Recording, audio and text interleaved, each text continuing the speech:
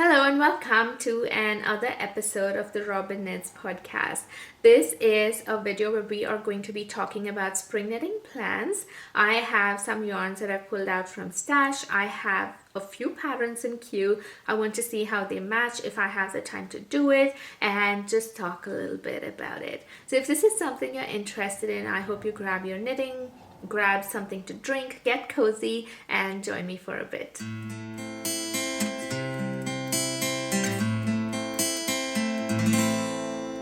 Before I dive into my spring knitting plans, I do want to talk about what my winter knitting looked like.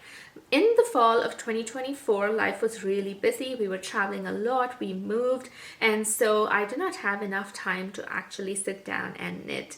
When winter came around, I did have a little more time and all of my knitting mojo came back with a vengeance and I was able to get a lot done. When I say I was able to get a lot done, I was able to get 11 different knitting projects done, out of which 2 were sock, 1 was a hat, 1 was a mitten, 1 was a slip over, 1 was a baby knit, and there were 5 different full-size garments. Out of all of the 11 projects, again, 5 were test knits, so you can imagine why they got done on time. And if you sign up for a test knit, it is good if you finish it on time. So I had to be on task and get that done. So going into spring knits, I don't want to carry that leftover feeling that I finished 11 projects in winter and so I have to finish another 11 in spring. I want to take it light, I want to take it easy, I want to enjoy the knitting and just be very mindful about what I knit. I have, however, been very ambitious in my planning, and so bear with me if the messages don't align.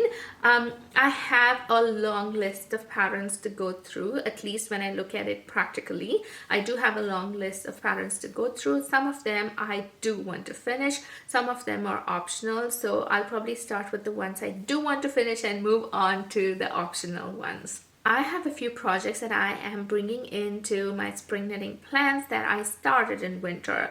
The first one is the No Frills cardigan. It's a petite knit pattern and I am knitting it with a fingering weight yarn. It's Hawthorne's Muse in the colorway Endurance Speckle. Now this yarn I know is not a great fit for the pattern, but I did a gauge swatch. I don't have it around me. I did a gauge swatch. It is very airy and light and I feel this would be a wonderful layering piece for spring and summer. So I decided to go ahead and knit with that yarn itself and it has been going really well. I have reached a point where I am happy about it. I do want to stop at the sleeves and then work on the body after, so I use up as much yarn as I can after I've made sure the sleeves have had enough yarn. So with all of that in mind, I want to finish this before the end of the month. Again, it's very ambitious because it is a long project. But if I have the time and if I have the energy and if I could focus all of it in getting this done, I want to get this out of the way and then try and enjoy the other projects. This is a gift knit, so I do want to finish it on priority. So that is why I want to finish this first before moving on to any other project. The second project I have brought into the spring knitting plan is the Traveler Shell by Andrea Mowry. I always wanted a layering piece for my summer garments and this seemed like a good project to get onto, but I have now reached a point where I have to work on the short rows and that would mean I need to sit down, look at the pattern and go row by row while doing the short rows. I have not had the brain space, although I cannot say I didn't have the time. I just didn't have the brain space and so I put it off for a while. I think it's time to get around to it, finish it, and that would again help me have a nice garment to throw on over other outfits in spring and summer. So those are the 2 projects that are left over from winter and I'm moving into my summer knitting plans. Spring knitting plans. For the spring knitting plans itself, I want to start with ones that I really want to get done. I want to start with this. This is going to become the Arigato and this is by Claudia Quintanilla of Eve Knits.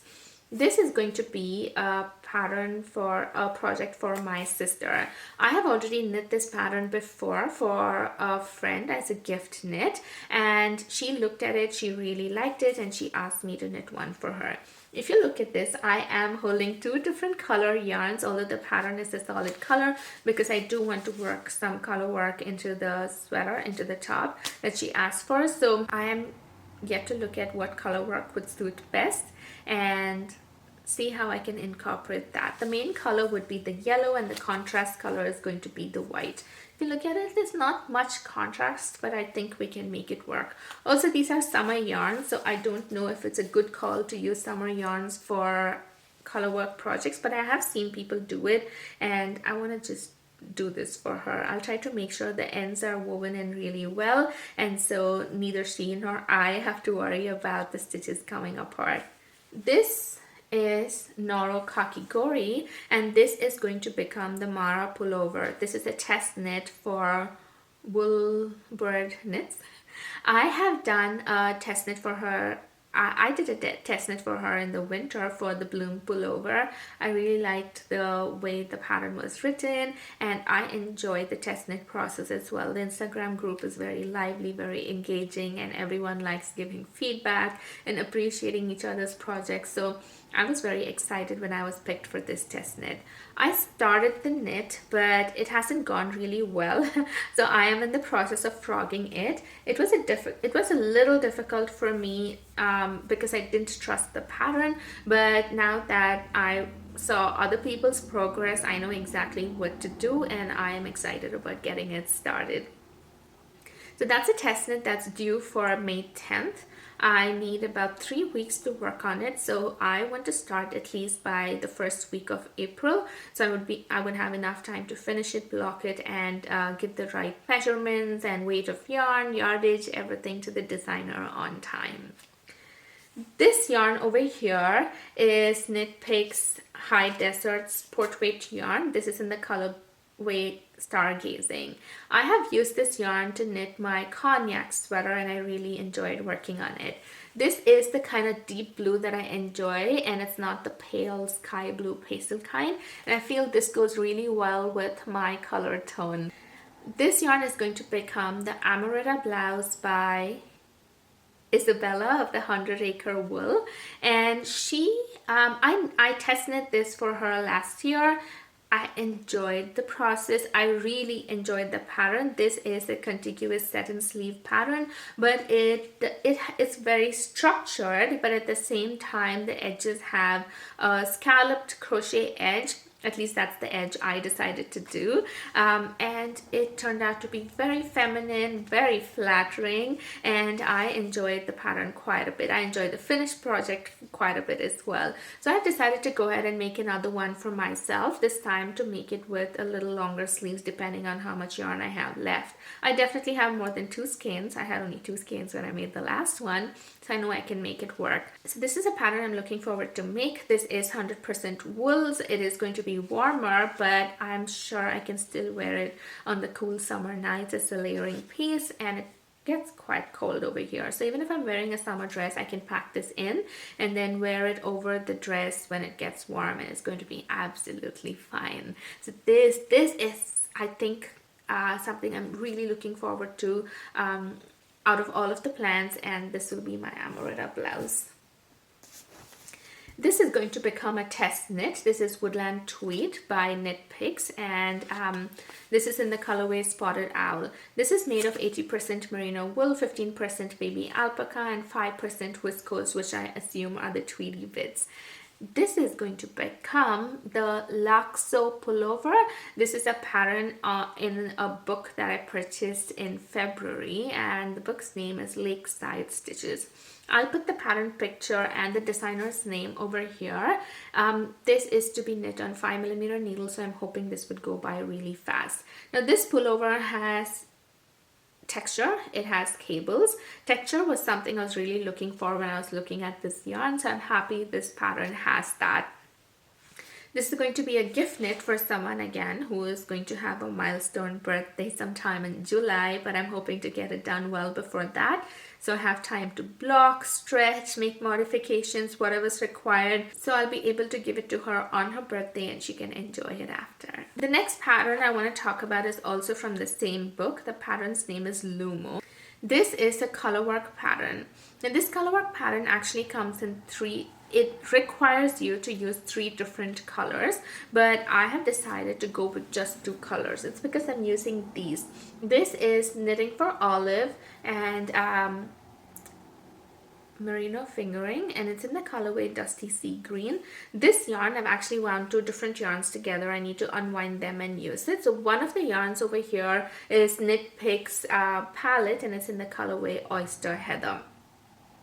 So this is going to be the main color, this is going to be the contrast color, and all of the dark yarn that I see in the pattern I am going to replace with this color.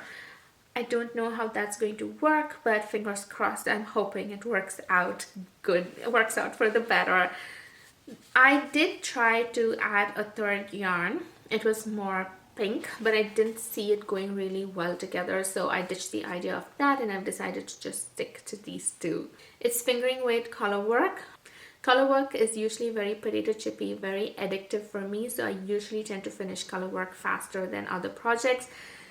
I want to see how it goes with the fingering weight yarn. I've never worked colorwork with fingering weight other than a small part for my Tolsta slipover. So let's see how this works. Now once this is finished, I want to use this as an option for the person I'm knitting the cardigan for. So she can pick between the cardigan and this. Once I looked at the pattern, I looked at the yarn, I felt that she might like this better than the cardigan. I'm not so sure, but I intend to finish both and give her that option. Whatever she chooses, I will use the other one and I'll use it very happily. Whether it is the long cardigan, it would be very nice and lovely to bundle myself in it, or if it's going to be the colorwork top, that's absolutely okay as well. Now, this is a T pattern. If you look at the pattern itself, it is knit with fingering weight yarn and it has short sleeves, which is why I am assuming it's a T pattern. But if you can use the right kind of yarn, actually the merino I'm using would be absolutely good. And if you lengthen the sleeves, you could use it for the colder months as well. So this is a pattern that's pretty versatile. Now I am slowly moving on to patterns that may or may not be cast on during the spring season. The first one is this. This is lovely Brooklyn tweed shelter yarn. This is a woolen spun yarn, so it weighs like nothing. It's beautiful. This is in the colorway Foothills and this is American Targhee Columbia wool. This is in the worsted weight and I want to make the Ekin pullover using this yarn. The Ekin pullover is a pattern by the Knit Pearl Girl, and when she had released this pattern, when she had asked for test knits, I applied. I of course did not get picked, but I really liked the pattern. And so I purchased the pattern and I have decided to go ahead and knit it. I don't know if I'll be casting it on in spring or if I have to wait until summer, because I do have quite a lot of things to go to finish before I can cast on something. This would be more like a rewarding cast on, and I'm hoping I can get to it as soon as I can. The pattern in fact asks for you to use a woolen spun yarn, something that's lightweight. So I think this is a great match for the pattern, and it would be lovely to wear this. This I feel is not my color. It is more pale. I would have preferred something that's more deep, but this yarn was on sale and this was the only color that was left, so I decided to go ahead and buy it. I am going to of course wear it. It's just not going to be my color, but it's going to be a product that I would enjoy, and I'm looking forward to that. The second last one is this. Now this is a yarn by Walk Collection. It's called Linea and this is in the colorway Patina.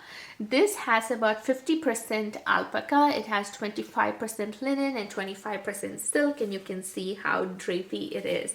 The yarn feels really good, but it feels a little heavier, especially after I held the shelter yarn. When I'm holding this yarn, it feels a little heavier. I do want to make this into a dress, but I don't know how well this yarn would work for a dress. So if you can let me know, like I said, this is 50% alpaca, 25% linen, 25% silk. I felt the combination is good because the durability of a dress could be good. But if you have any comments about why it might not work, let me know so I can make up my mind more firmly. The pattern I want to make this into is the all good dress, although I am also looking at the breakfast. I think it's called the breakfast dress. I'm not sure. I'll put the name of the pattern and the picture over here. So these are two patterns that I'm debating between. It's either the all good dress or the breakfast dress. And I don't know why I want to make this into a dress. Probably because I have enough yarn that it could become a dress. But those are the two strong candidates for this pattern. And this is something that I might probably cast on, but I don't want to really finish it in the spring itself. It might be on my needles for quite a bit, and I feel very okay about that. I don't feel stressed to finish it well ahead of time, so it's okay. I want to take my time and knit this maybe throughout the year. Maybe this time next year I'll be able to wear it, and that's absolutely okay. But this, once I finish the first part of the dress, once I finish joining it in the round, this is just going to be working in the round, and I'm looking forward to a long project that I can just work on the round and pick it up whenever I feel like it. This is going to be one of those patterns, one of those projects. The last one is this. This is Knit Picks Hawthorn. I don't remember the colorways, but both of them are sock yarn. They are made with 75% superwash merino and 25% nylon.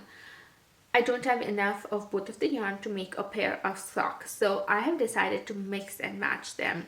I'm going to hold this double to make it into the bumpy road sock. I had test knit this for Atelier Caston last month, and I want to make another pair. So I'm going to hold this together, hold this double to just this yarn, hold it double to make the body of one sock, and then hold this double to make the cuff, and hold this double to make the body of the next sock, and hold this double to make the cuff. So that way I would have an entire pair of sock with limited amount of yarn, but they would match. They would be kind of mismatched, but they would still match.